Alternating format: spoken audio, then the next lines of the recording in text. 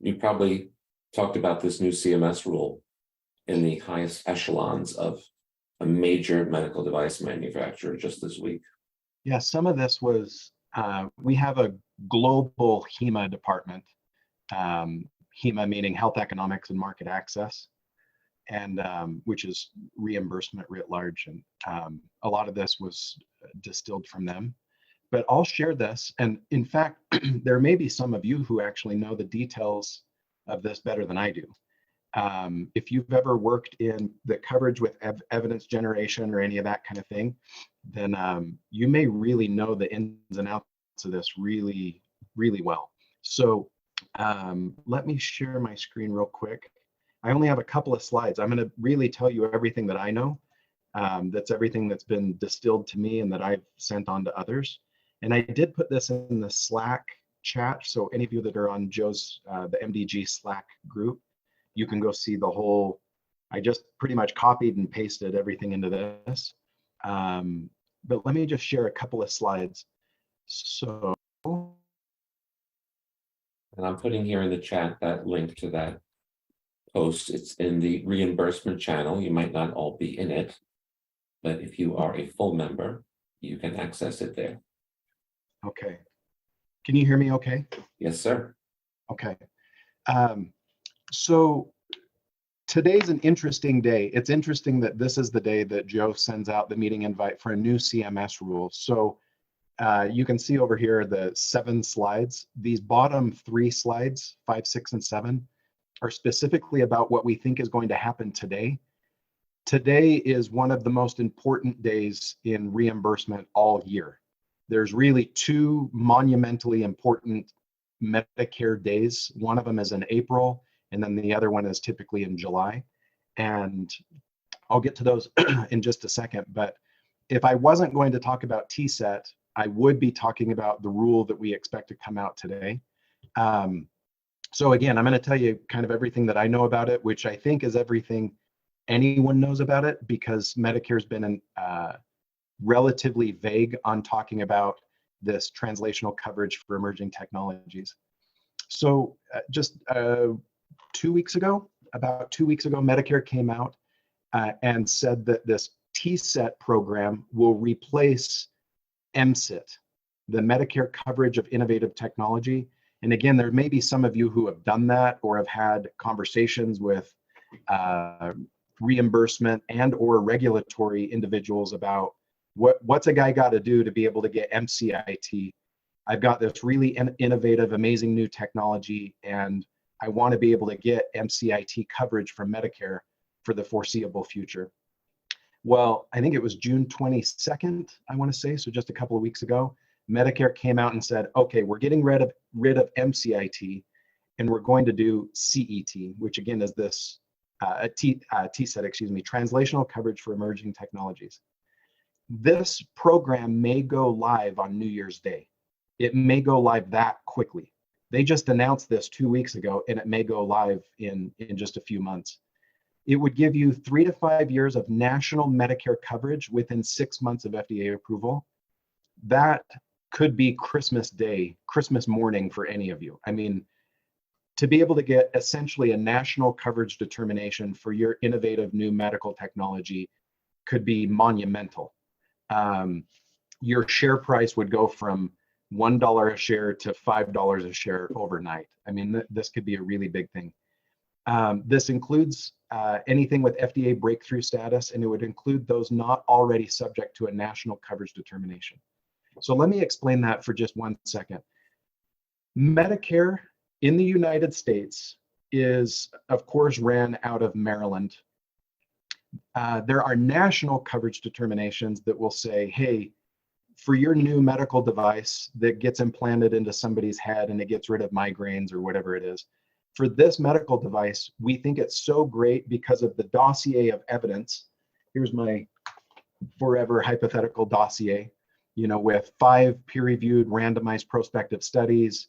And in here, you've got the appropriate CPT codes and DRG codes and ICD-10 codes and so on. We like this evidence so much, we are going to issue a national coverage determination for your medical device. Well, that doesn't take your share price from $1 to 5. That takes it from 1 to 90. I mean, it's the minute you get a national coverage determination, you're in a really good space. So if you can't get a national coverage determination for your medical device, you can try to get local coverage determinations. And so what's news to many people is that Medicare is adjudicated by private companies scattered throughout the United States. So, for example, I live in Utah, Arizona, California, Oregon, Washington, Idaho, Montana. All of these states are under a jurisdiction called Noridian. And Noridian is ran by a couple of medical directors, literally two medical directors. So if I have this medical device and I can't get a national coverage determination for some reason, I can go to those medical directors and say, hey, would you at least cover this for California, Oregon, Washington, Utah, Idaho, so on? And they'll say, Nick, sounds like a really interesting technology. Send me your data in your dossier. Let me go read your 5 peer-reviewed studies, randomized controlled prospective studies. Let me see what codes are appropriate for this device that's implanted for migraines. And then I'll issue a local coverage determination or not. Maybe I don't like your evidence and I'm not going to write a local coverage determination. And you need to go do a better clinical study and convince me to change that. So that right there on my screen, it says this includes those not already subject to an NCD, because pretty much if you have an NCD, you have TSET. TSET is giving you an NCD while you're still generating evidence of clinical utility. TSET will shorten the coverage gap after FDA approval from 12 months to 6 months. It will add predictability and transparency of the review process by providing early and multiple check-in points with CMS. And it will reduce manufacturer burden and uncertainty during the evidence development phase. So all those things, of course, are, I suppose you could say, best case scenario. That this allows you to have multiple check-in points with CMS and say, hey, I'm about to go do a study with patients between 50 and 60 years old who have intractable migraines, who are refractory to every other therapy, and we're going to implant it here, not here. And CMS says, great, good study, I like that. Go ahead and begin that study. And you go, okay, good. Then I'm not going to go do a study that later Medicare comes back and says, what a dumb study. Why did you do 50 to 60-year-olds? You should have done something different. And you go, well, good grief, I just spent $4 million on that study. And now you're telling me you don't like it? So this one right here, this bullet point, add predictability and transparency, this one's a big one. So if you're accepted as a TSET technology, you get multiple check-ins with CMS as you go along the evidence generation process. Let me go to this one. I'm very familiar with great backlogs at FDA, CMS being another governmental body, multiple check-ins. How you make it sound so fluid, like, oh, I got this buddy now who's going to hook me up. That can't be. No, it can't be. And look at this third bullet point. They're only going to accept 5 TSET candidates per year. Okay, so it's Christmas in July for 5 people. Yep. So okay, if you have a little less exciting for this international audience to whom you're presenting. Yep. So this is where I want it. I want everybody to understand that thing that I posted in Slack, here's what it is. I know how these types of things go because, so last night I just presented some research to Panasonic.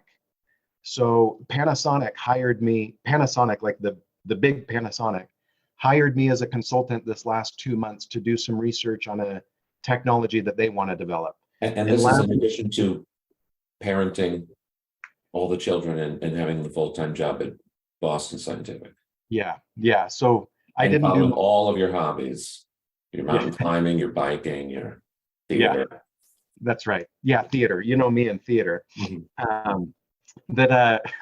This with Panasonic, I know that at some point, Joe, they're going to come back to me and say, hey, Nick, we've heard of TSET. What do you think our chances are? And this could be the same thing with anybody on this channel, anybody that has a new medical technology that says, I have a phenomenal medical device that is going to change the world. And my snarky reply would be, yes, you and Boston Scientific and Medtronic and every startup company in the world and so on, that this slide is to adjust our expectations of the probability of getting TSET. So the previous slide is, wow, Christmas came early. You know, let me click on this, I'm sorry. The previous one, MCIT, on the first bullet, MCIT was something everybody was excited about. You know, I can get Medicare coverage of innovative technology. I get all this reimbursement up front. I get to partner with CMS up front, and they can guide me to give them the evidence that they want and so on. Medicare's getting rid of it. They're bringing in TSET. Well, slide number 3 is where you go, yeah, but CMS notes that the agency only has capacity to accept 5 TSET candidates. So before Panasonic or anybody calls me and says, hey, Nick, what do you think my chances are? I'd say, you better have a really, really, really, really, really good medical technology. And you got about a 1 out of 5 out of 1,000 chance of getting TSET. You said before that everyone was excited about MSET. Everyone, because there wasn't a 5 limit? No, they still had this limit that CMS notes the agency only has capacity to accept 5. It was probably about the same. I don't know the data, but for MSET as well. But I don't know that they ever said it out loud. I mean, maybe they did. Maybe somebody on this channel knows something that I don't know on that. But my point in this is good. This is a step in the right direction. But before any of you or any of your colleagues go, hey, did you hear about TSET? That you'll be the one that'll go, yeah, I have. Nick Anderson talked about this on this channel. Let's keep our emotions in check. We got to be very careful before we think, hey, you know, today's our lucky day. This is like American Idol. There's going to be 10 million people that want to do it, and there's going to be a couple of people that make it to the finals. I'm far less excited about this now with it's like playing the lottery, what you're talking about. It's like, so, okay, yeah, there's a chance I can win $1 million. So what's next on the agenda? Yeah. Goldie, you have something? Sorry. Yeah, thank you, Nick. It's a very interesting topic, and I have been exploring this a bit. So slide number 2, is there a role early payers program will play in this?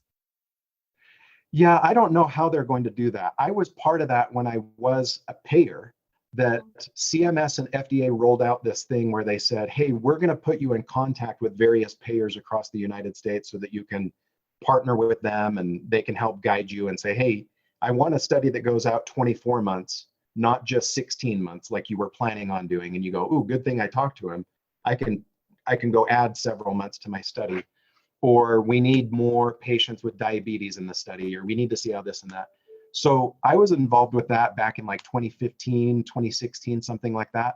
Mm-hmm. And I had companies from around the world, around the country contacting me as a payer when I was with Intermountain Healthcare and Select Health, asking me like, hey, Nick, can we have a half hour of your time? We're part of this program that is FDA in conjunction with payers. I don't know, Goldie, maybe somebody does on here. I don't know how that program's still going. I'm not familiar with it anymore. Mm-hmm. Once I left the payer sphere and went into the manufacturing side of the business, I haven't followed it. This one would be specifically for Medicare. So if you're part of the TSET program and Medicare says, job well done, after 5 years, we're now going to give you an NCD. You now have a national coverage determination for Medicare, which again takes your share price from $1 to, you know, a zillion overnight. That has no bearing whatsoever on commercial. Mm-hmm. So the commercial payers can still say, I think your technology is garbage and I ain't going to pay for it. I hope you enjoy your NCD. Yeah, I totally agree. And I think I'm also wondering the existence of this early payer program, because I worked with them. I brought insurance companies to pre-submission meeting and they were not aligned with the FDA and CMS, right? So total different tone. But now I have received a survey from early payers group and asking value of that program. So I'm just wondering what's happening in the background, if anybody knows about it. It's just almost like that, would that survive as a program? That was my concern. If they do, how this coverage will work like especially for not Medicare, only Medicaid, because there is many technologies that may not be for 65 plus, right? So Medicaid will play a great role in that. So yeah, it's still something to watch out for. The other one I had is for this slide. They are selecting 5, but there is no criteria has been created. So I was thinking, is this something like a disease burden? Is there anything you know that what would be the criteria to make that selection? Yeah, I don't know, and I don't think anyone knows. In fact, I don't even know if CMS knows. I think they put this out with notice, and so essentially CMS is going to say, you know, we're going to allow comments. My opinion is that this is CMS playing nice. And this is CMS trying to say, hey, we're open to new technologies. And if we, in our internal review, you know, think that this is a promising thing, we'll give you some reimbursement while you develop some evidence and so on over several years, 3, 5, 6 years. And but we're not going to disclose the details. I think it protects them and allows them to, you know, make whatever decisions they want without having to make something formal, and then they open a can of worms where people say, well, I fit that perfectly, why didn't you accept me? I think the ambiguity and the vagueness of how they're going to pick, you know, 5 technologies to do this, I think serves them really well. I mean, that, I don't mean to make it sound like a conspiracy theory at all, but I think the ambiguity, I mean, when I was a payer, I didn't give people my criteria because frankly, I didn't have criteria. I wanted to see what your technology was. By definition, it's new and novel if it was coming to me. I wanted to go to PubMed and to ECRI and NICE and all of these organizations, and I wanted to go see what they had to say about it. And then I wanted to go marry that to my needs as a payer for my unique population in Utah, Idaho, and Arizona, and Nevada. And then say, okay, this is a technology I need for my members. I'm going to reimburse for it. I'm going to cover it. I was always asked, like, Nick, could you put together something, like some criteria, like, what do you guys want? And it's like, I review everything from prostate cancer diagnostic tests to hemiarthroplasty in the shoulder. How on earth am I supposed to come up with a guideline to tell you what I want? I mean, the broadness of the technologies I reviewed, I didn't even review pharmaceuticals. This is just devices and diagnostics. Well, I think CMS is going to do the same thing. They're going to say, I cannot give you the criteria that you want. If you truly believe that you are the most novel, amazing technology in the world, and that you are going to improve outcomes by an order of magnitude, that you are dramatically better than the standard of care, go ahead and apply to TSET and let's see. But I hope for the, you know, 30 some odd, whatever people that are on this call, I hope that this little portion of the discussion helps establish a baseline of there's only 5 technologies, give or take, that are going to get TSET, I think, because that's what they've said. They've telegraphed a little bit. We only have capacity to take about 5 TSET technologies in a year. And so if any of you or your clients or your friends or colleagues say, hey, have you heard about this new evidence generation thing? You'll be the ones that'll be able to say, yeah, you know, we got to be cautious. Mark, did you have a question or comment? Yeah, I was just going to ask you real fast, and then I had a comment, a follow-up. Is what you kind of teased drugs. Do drugs, novel therapies also fall under this for drugs, not just medical device? I don't think so.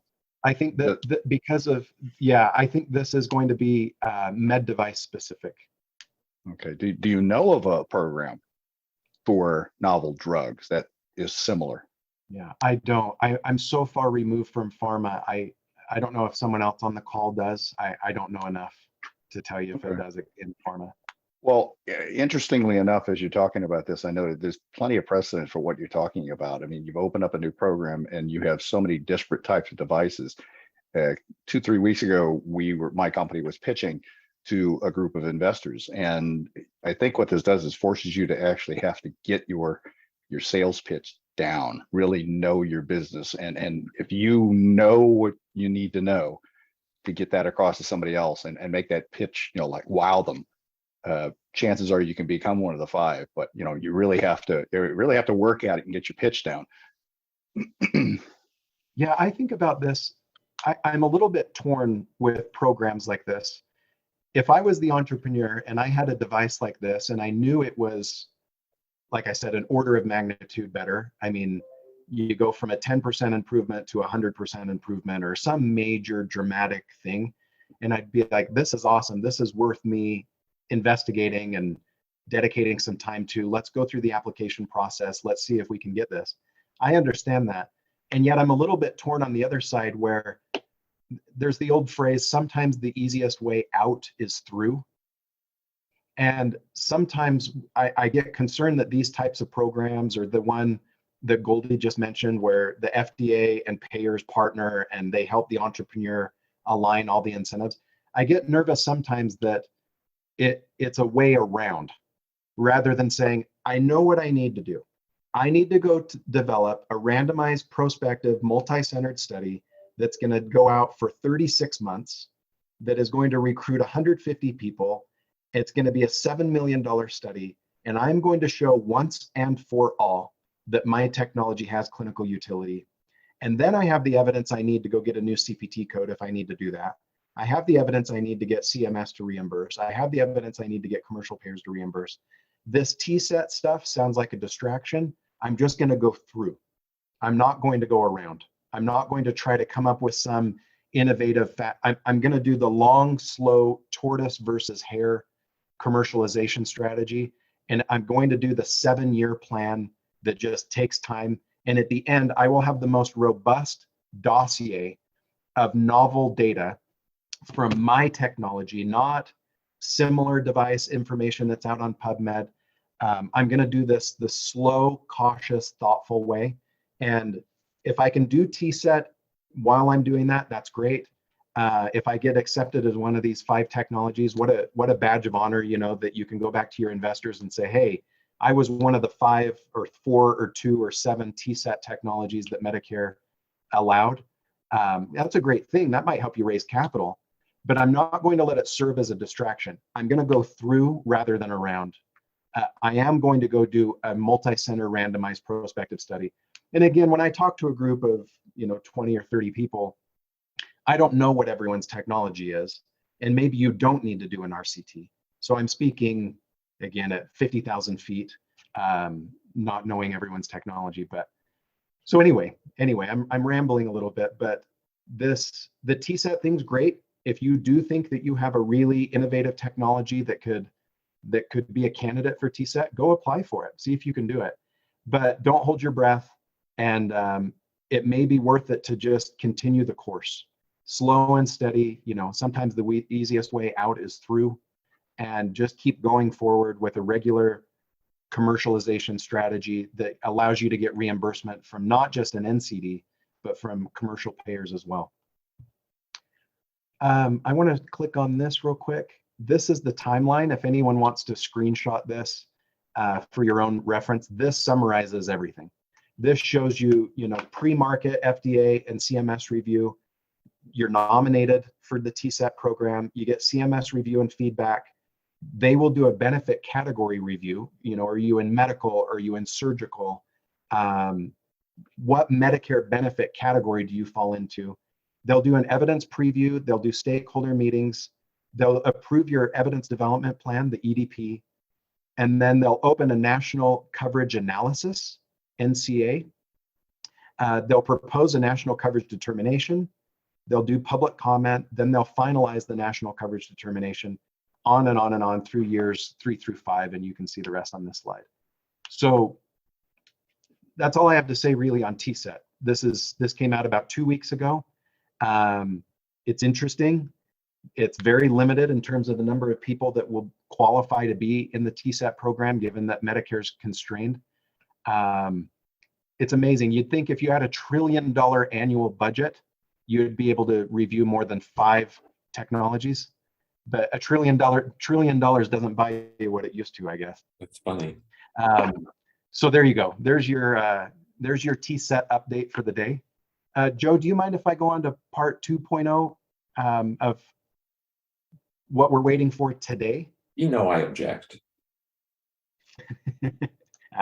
No, thank you. So here you go. This is all of you have seen this before. I presented this before. I want to skip. I'm going to come down to this slide and then I'm going to go back up one. Every year, CMS puts out a series of fee schedules, and every man, woman, and child in medtech should know this.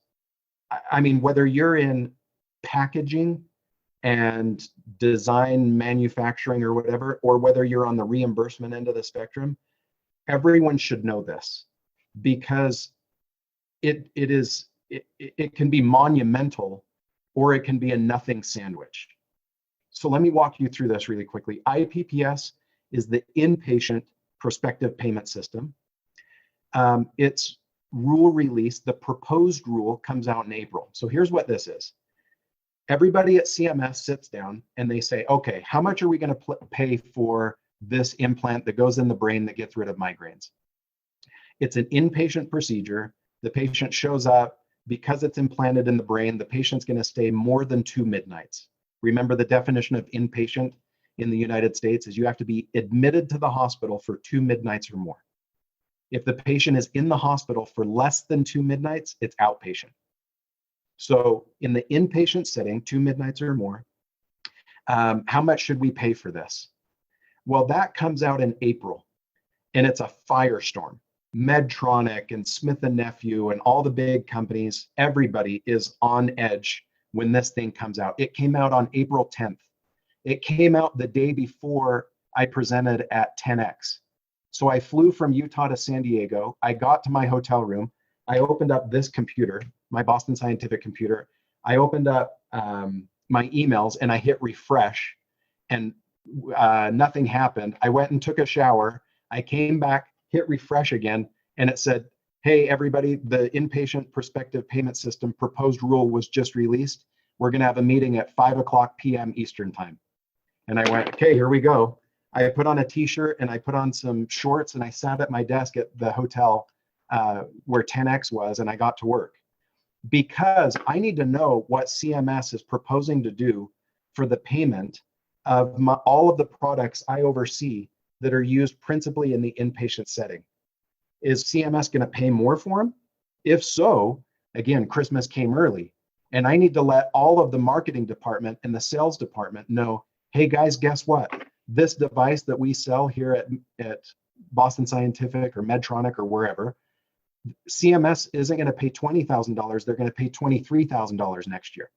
And the sales team goes, holy cow, I got to go tell all of my clients, all of my customers at Cedars-Sinai and Mount Sinai and Intermountain Healthcare and St. Mark's Hospital, I need to tell them that it's even better than ever to use this technology in 2024. It went from $20,000 to $23,000. Conversely, if it goes from $20,000 to $17,000 in the inpatient prospective payment system rule that comes out in April, I need to figure out a strategy, because this stinks. Hospitals are now more disincentivized than ever to use this device. It used to pay $20,000 in 2023. It's now going to pay $17,000 in 2024. I need to go tell Mount Sinai, guys, I got bad news for you. So the fight now between April and August on this slide, everybody writes a letter. So for this hypothetical medical device, the American Academy of Neurosurgery, the American Academy of Migraines, the American Society of Migraine Therapy, the American Academy, the American Academy, the American Academy is going to write a letter to CMS and say, please don't do that. Don't take it from $20,000 to $17,000. This is a fantastic technology, and if you change the payment for it, my patients will not be able to get this. I can't afford to do this for $17,000. So sincerely, the American Academy of Migraine Specialists. And Medicare will read those letters and go, yeah, that's a good point. You know, maybe we shouldn't lower, or at least we won't go from 20 to 17. We'll go to from 20 to 19,000. We had to free up budget somewhere for prostate cancer treatments. So we're going to take it from this and we're going to give it to prostate cancer. So all of this is between April and August in the inpatient prospective payment system. We'll look at the OPPS. This is outpatient prospective payment system in the ambulatory surgical center. This is coming out in July. Well, I don't know if any of you can see this. That email right there just came out. I want to read this to you. That just came out at 9:21, so about 20 minutes ago. And it says, still no rule. We'll send another update around 4:15 p.m. Eastern time. So that came out 20 minutes ago from our corporate director of health economics saying, hey, we just went to the Medicare's website and we hit refresh, and the rule still hasn't been released to Medicare. Once it's released to Medicare from the Office of Management and Budget, then I'm going to get an email around 4:15 p.m. Eastern time that says, hey, everybody, the outpatient rule and the physician fee schedule rule was just released. Everybody get to work, which means my Friday night is shot, because I'm going to have to work from 2:15 Mountain Time until 8 or 9 o'clock tonight, taking the proposed rule. You can see it's proposed for the OPPS and PFS. PFS is physician fee schedule. Those come out possibly today. And I have to take that rule and go, what does that do to my portfolio of products at Boston Scientific? Is this good? Are physicians going to get paid more? Or hospitals going to get paid more for using my devices? Or are they going to get hurt? Or will it be negligible? It'll be plus or minus 1%. You know, it's not a big, it's a nothing sandwich. So today, possibly around 4:15 p.m. Eastern time, I'm going to get an email that says, hey, everybody, the rule was just released. Get to work, cancel your dinner plans for Friday night, all hands on deck, because we need to roll this all the way up to the CEO of the company to say, hey, here's what CMS is proposing to pay for our technologies. And by the way, Medtronic's doing this too. Smith & Nephew's doing this too. All of the big medical device companies, everybody that's in health economics and market access is hitting refresh on the CMS website every several hours to determine what CMS going to do. Are they going to go up in payment rates, or are they going to go down? So this slide right here, this is the second to last one I'll show. These are all the different codes. So you got CPT codes right there, 37211 as an example. You've got APC down there at the bottom, 5184.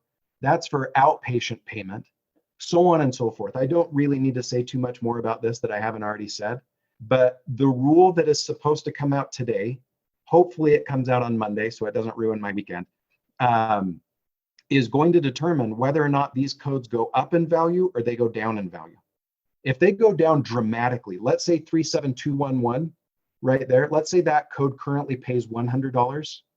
If that goes down to $80 in a dramatic cut, a 20% reduction in payment for that code, that could have monumental effects on my products that I need to figure out a health economic argument for and say, that's fine that they cut the payment rate, but in the inpatient rule, they went up by this percent. So the incentive for the hospital is to still use the product that 37211 is used for. So again, I'm kind of speaking high level and I'm using the terms loosely, but I just want all of you to know that today, possibly July 7th, 2023, Medicare may release the rule for the outpatient payment and for the physician fee schedule payment. And it may have no effect whatsoever on Ed Lynn's oxygen technology.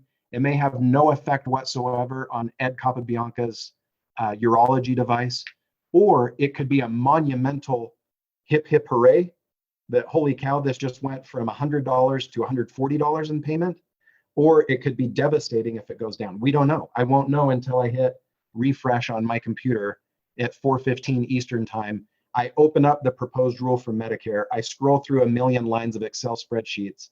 I look at the codes that mean stuff to me, that are important to me, and see whether or not there's a plus sign or a negative sign. Did these rates go up or did they go down? And then for my portfolio, I need to send out an email to everybody in Boston Scientific to say, hey guys, good news. 37211 is going to go up by 5%. Bad news, 37212 is going to go down 17%. Here's what I think this means. Sincerely, Nick Anderson. So these go up and down all the time. Today is really kind of Christmas Day for me. Sorry, Mark, give me just 1 second and I'll come to you.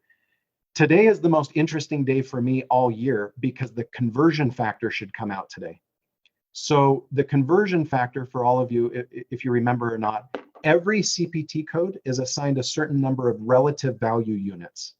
So 37211 is assigned this many relative value units. And let's say, just for the sake of argument, it's 10. And you go, what's a relative value unit? And you go, it's how difficult it is to do that procedure versus a psychological evaluation. So interestingly, when you say relative value unit, you say relative to what? It's always a psychological evaluation. So if this has 10 RVUs, well, how much is one RVU worth? This year, it's $33.88. So if you're interested, go to Google and type in 2023 Medicare conversion factor, and you should get a box that pops up that'll say $33.88. So that code would pay 10 RVUs times $33. So this code would pay $330 if there's 10 RVUs associated with it. Well, what if today I find out the conversion factor goes from 3388 to 3288? That means every single procedure a physician does in the United States of America is going to go down by $1 next year per RVU. So if a heart transplant is 100 RVUs, take $1 times all those RVUs and subtract it, which means every physician next year is going to make less money than they made this year. They're going to have to do more work. They're going to have to perform more relative value units in 2024 than they did in 2023 to make the same amount of money. So the conversion factor for me is the most interesting thing in health economics. It honestly is, because it's a single solitary number that anybody can Google once Google's algorithm finds it and posts it and enough people Google it. What is going to be the 2024 conversion factor? Is it going to be 3388? Is it going to be 3398? Is it going to go up or down? In other words, does it go up? Every time you tell us a story, it's going down. Yeah, it keeps going. The trend is down because the conversion factor takes into consideration United States gross domestic product, and US GDP has declined for a couple of quarters, not necessarily consecutive quarters, but they have gone down. So the conversion factor takes into consideration macroeconomic considerations. It takes into consideration a bunch of things, Joe. And if those things keep getting worse, if we go into recession or depression even, the conversion factor is almost mandated to go down. Congress can go in. There's a thing called legislative change, or LC. And Joe Biden, well, Congress, I should say, Congress can come in and say, hey, we do not want the conversion factor to go down. We are going to allocate more money and keep the conversion factor up. They can do that. Yeah, but they're not gonna. They're not gonna. So if the conversion factor goes from $33.88 today to $33 even, in other words, 88 cents per relative value unit is cut, it's the continued frustration that physicians feel. It's the saying like, I don't know what's going on. I'm working my butt off. I work. It just 80 feels hours like a a week. losing game. Yeah. I used to be able to buy a new Mercedes by September every year. I now buy a new Mercedes by December 10th every year. Well, I mean, Why? when you put it like that, it doesn't sound like a losing game. You poor Yeah. bitch. No, but the idea is, like, when I was a doctor back in 1983, I was bringing it in and, it was fantastic. Now I feel like I'm driving with the emergency brake on. Well, yeah, I also think it's depressing the revenues of medical device companies. Yeah. It's a less profitable industry to be in all around. I don't know. Joe. It would be an interesting thesis to go do some research on. But what you end up getting, is I inarticulately say it, is that you bring your new medical device to the hospital and you're greeted with a, ugh. And you go, what was that reaction? Like, I have a fantastic thing to get rid of migraines. And they go, I know, but here's the deal, man. It's the conversion factor keeps getting cut. Every relative value unit is worth less and less and less every year. We're promised that this is going to improve things by 30%. And all it does is keep patients from coming back. We make money by patients coming back. I don't know, man. Well, if the conversion That factor conversation ever takes place, you're the only person I've ever heard use the term relative value units. No, on value analysis committees, some people know what this is. Yes, some people do. If you get to that level in conversation and that person's in the room, I mean, God bless him, Gunter is one of my go-tos, and he probably knows about relative value units, but I don't know that when he has a day-long seminar with the sales team at Roche, they cover relative value units and talking through the thing. I mean, Here's my reply to that, Joe. It's not that everybody in med tech on the hospital side or the insurance side knows about the conversion factor and is interested in it as I am. What my argument is that it pervades a general sense of in the medical world year over year as that conversion factor keeps getting cut, even if the number of RVUs goes up. So, right, if the conversion factor is cut by $1, but the RVUs go up by a certain amount, then there's no change, right? Because it's RVUs per conversion factor. Well, RVUs multiplied by the conversion factor. It's not that everybody knows this.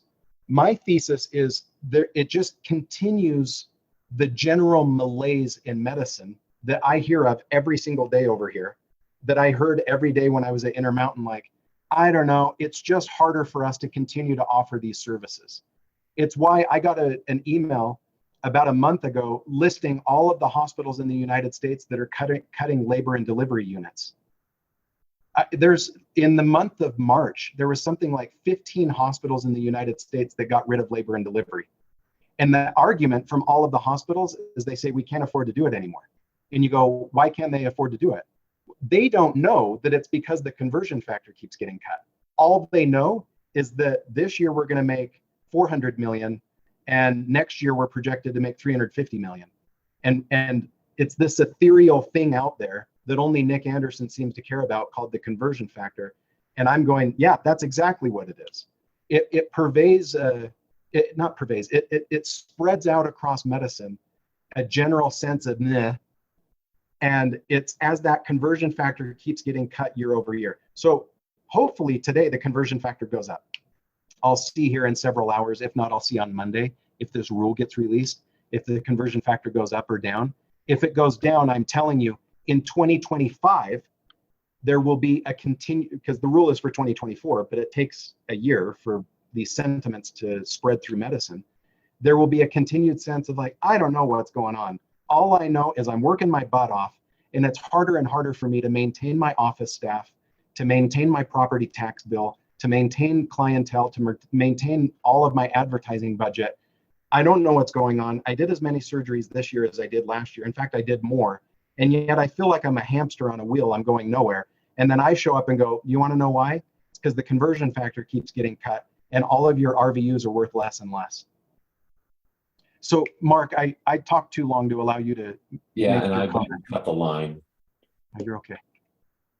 Mark, I know you took your hand down, but what was the nature of your thought? Well, Nick sort of touched on it. I mean, this changes medicine, this conversion factor. It actually changes. So you were saying that if one thing goes up, another one goes down. It sort of says to the doctors, okay, well, now I have to change my strategy to make the same amount of money. Now, where I would not have had somebody stay 2 midnights, now I'm going to, because now I'm getting the reimbursement. So it's almost like the politics of the money changes medicine from that direction rather than the other way around. You know, the devices, the drugs should be the things that we're talking about for the treatment. But if the treatment price goes down, doctors and hospitals aren't incentivized to want to use that at all. So I guess my last illogical question was, let's take this to the most illogical end possible. regardless of what Congress you've got and how much money, let's just say it goes down over time. What does that do to the medical profession? And then how does that impact all of medical device? I'm going to, for the interest of time, say I feel that that's kind of the spirit of the question that I engaged him in. And I feel that we touched upon that. So if you'll indulge in the interest of time. Eddie, what is the nature of your thought? Because we're at the top of the hour. Oh, I just want to comment that the relative value guide actually originated with anesthesiologists, the American Society of Anesthesiologists. They were the first to quantify that a gallbladder in a, let's say, a 30-year-old man is not the same as a gallbladder in a 60-year-old who has had a heart attack. And on top of that has diabetes or other comorbidities, all of which, increases the risk. So the relative value guide for a relatively healthy patient is for the same procedure is very different for a patient who is very, very sick. And that became adopted by all the other specialties. And Nick, the relative value units that you talk about don't take individual patient ages, demographics, and disease states into consideration, right? Nope. So every CPT code, whether it's removal of an ingrown toenail or a heart transplant, it doesn't matter. Every single CPT code is assigned a number of RVUs. So let's say ingrown toenail is 1 RVU because it's easy, and a heart transplant is 100 RVUs. Let's say that's the hardest thing that there possibly is to do. Everything else in medicine is going to fall between that. Again, I'm making up the numbers, right? So now you got to take the conversion factor that hopefully is released today or Monday, hopefully released on Monday, multiply that dollar amount by either 1 or 100. And now you know how much an ingrown toenail explant is or a heart transplant is. The disease severity and all of that is not accounted for. It's just saying take 1 RVU for removing an ingrown toenail because it's easy to do. The relative value of doing an ingrown toenail rip off is only 1. 1 times $33.88 is $33.88. That's what we're going to pay you for doing that. A little If it goes down before I go to Ed Capabianca is Ed Lynn. Thank you for that observation. Be here in 2 weeks because our Indian friend Jay is going to talk to us about his forced oscillation technique, and we can hear his progress and maybe how we as a group can help him. That's number 1. Next is That's Amore for next week, because Dr. Domino is going to tell us why he has no amore for the patent trial and appeal board. And third is I put in the chat, I have secured a hotel for 10X 2024. It includes the dates. We're moving a little bit north to Newport Beach, a really nice facility. Eddie Capabianca, what have you got? Hey, Nick, thank you so much for sort of helping all of us understand the morass of letters and numbers that some people think is a language. You clearly speak that language, which is great. I'm not that discouraged by this. Fundamentally, the way I view it, you weren't one of the 5 people in the first place, so is the government's rather crude way of trying to place some downward pressure, efficiency pressure on the prices in the healthcare system overall. What we as particularly small companies like us need to do is simply be able to articulate why what we do is better, faster, cheaper than wherever the current code is. And so we will always in that way be better. What I'm intrigued about is that, for example, if our device not only gives better quality of life, but gives better and longer life expectancy, that doesn't seem to be captured. But again, the way that's captured is, we'll make more out of that patient than anybody else would. Yeah, and is that a fair summary? I think it is, Ed. And when I talk about RVUs multiplied by the conversion factor to tell you how much a CPT code is worth, that is very narrow during the episode of care. The health economics of here's how a patient's going to do at 24 months and 24 years after the procedure, that's separate. That's not captured in the conversion factor or in the RVUs.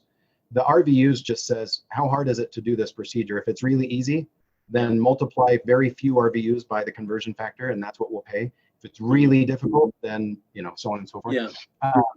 But yeah, how well the device works over 12 and 24 and 36 months and all of that, separate topic for another day. You are right in seeing that this is a political thing. The Medicare is given a certain amount of money by the government, and they have to spend that money where they think is best. You know, if we want to dedicate more money to Alzheimer's disease, it's got to come from somewhere.